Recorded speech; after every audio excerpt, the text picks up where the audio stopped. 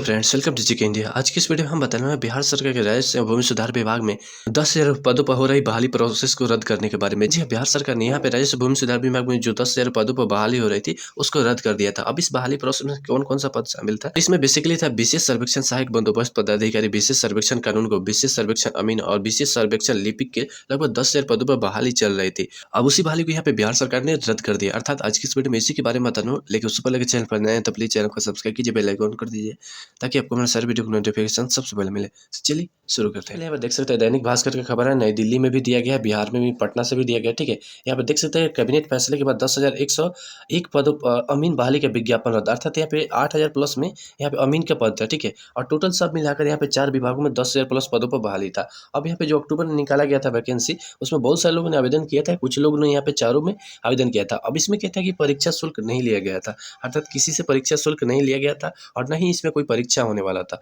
लेकिन अब उसी नियुक्ति प्रक्रिया को यहाँ पे रद्द कर दिया गया। अब यहाँ पे जो भी बहाली होगा ना, वो बहाली करेगा जी हाँ BCEC, जो जिसके माध्यम से यहाँ पे डिप्लोमा की भी परीक्षा होता है। अब यही पार्षद यहाँ पे परीक्षा कराएगा, उसी के बारे में बेसिकली यहाँ पे दिया गया। यहाँ पर देख सकते हैं मानदेय आधारित बहाली होगी, पहले अंकों के आधार पर ही होना था चयन, अर्थात पहले संविदा आधारित बहाली होने वाली थी। ठीक है, लेकिन अब यहाँ पे मानदेय आधारित बहाली होगा। अब यहाँ पे मेरिट के आधार पर सिलेक्शन किया जाएगा। पहले था कि यहाँ पे सिर्फ यहाँ पे जिसका भी मार्क्स है ना उसी के आधार पर सिलेक्शन, लेकिन अब यहाँ पे पहले परीक्षा देना होगा और उसमें जो लोग पास करेंगे उन्हीं को मेरिट बनाया जाएगा और उन्हीं लोगों का सिलेक्शन होगा। और ये जो सिलेक्शन होगा ये मानदेय आधारित होगा। ठीक है, इसी के बारे में पूरा यहाँ पे डिटेल्स दिया गया है। जैसे देखेंगे किस विभाग में कितने पदों पर, तो यहाँ पे पूरा स्पष्ट रूप से इसके बारे में ऑलरेडी बता भी दिया है। यहाँ पे देख सकते हैं नियुक्ति प्रोसेस क्या क्या रखा है। जैसे यहाँ पे देख सकते हैं 31 मार्च 2024 तय की गई थी, अर्थात नियोजन की तिथि ने संविदा आधारित, तो यहाँ पे अब संविदा आधारित भी बहाली नहीं होगी, यानी अब यहाँ पे डायरेक्ट मानदेय आधारित बहाली होगी। यहाँ पे देख सकते हैं 21 अक्टूबर से 16 नवंबर तक विभाग पर ऑनलाइन आवेदन करने के लिए बोला गया था, जिसमें बहुत सारे लोगों ने आवेदन किया था। बहुत सारे लोगों ने चारों विभागों में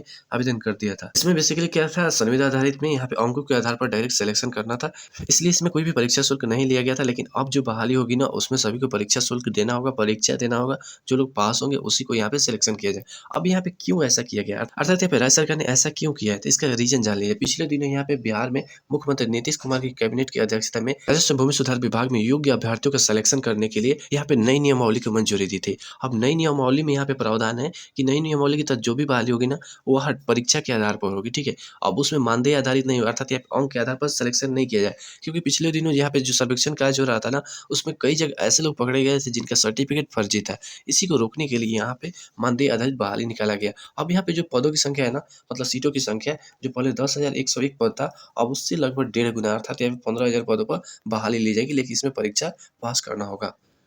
यहाँ पे देख सकते हैं क्यों रद्द हुआ विज्ञापन, तो इसका मेन रीजन है, अर्थात यहाँ पे बिहार कैबिनेट ने नई नियमावली की मंजूरी दी है। अर्थात यहाँ पे संविदा की जगह मानदेय आधारित नियोजन की मंजूरी दी है। अब इसके अनुसार यहाँ पे कर्मियों की नियुक्ति अब परीक्षा से हो गया था। जो लोग परीक्षा पास करेंगे वही परीक्षा कौन लेगा, तो यहाँ पे देख सकते हैं स्पष्ट रूप से लिखा गया बिहार संयुक्त प्रवेश प्रतियोगिता परीक्षा, अर्थात BCEC अब मेरिट के आधार पर सिलेक्शन करेगा। अब यहाँ पे आगे क्या होगा, तो इसके बारे में देख सकते हैं। जैसे कि मैंने बताया कि 10,101 पदों पर था, उसकी जगह पर 15,000 पदों पर बहाली आएगी और उसमें सभी को फिर से आवेदन करना होगा, उसमें सभी को परीक्षा शुल्क भी लगेगा।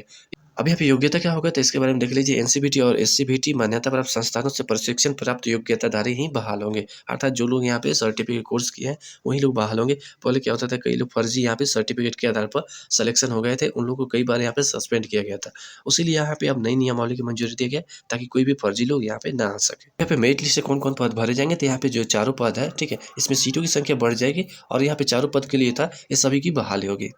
अब यहाँ पे ऐसा जरूरत क्यों पड़ी, तो यहाँ पे देख सकते हैं स्पष्ट रूप से लिखा है कि 2020 में 4,500 कर्मियों की बहाली हुई थी, जिसमें ज़्यादातर के सर्टिफिकेट यहाँ पे फर्जी थे, जिसमें से कई लोग पकड़े गए क्योंकि ये लोग गलत कार्य करते हैं। इसीलिए अब यहाँ पे मानदेय आधारित बहाली की प्रोसेस शुरू करने के बोला गया है। अर्थात ये स्पष्ट रूप से है कि आप सभी के जो यहाँ पे राजस्व भूमि सुधार विभाग में संविदा आधारित जो यहाँ चारों पदों पर आपने आवेदन किया था वो रद्द हो गया। अब इसके लिए फिर से आवेदन करना होगा, लेकिन नए वाला जो आवेदन होगा उसमें सभी को परीक्षा शुल्क देना होगा, साथ ही परीक्षा देना होगा, तभी जाकर यहाँ पे सिलेक्शन किया जाएगा।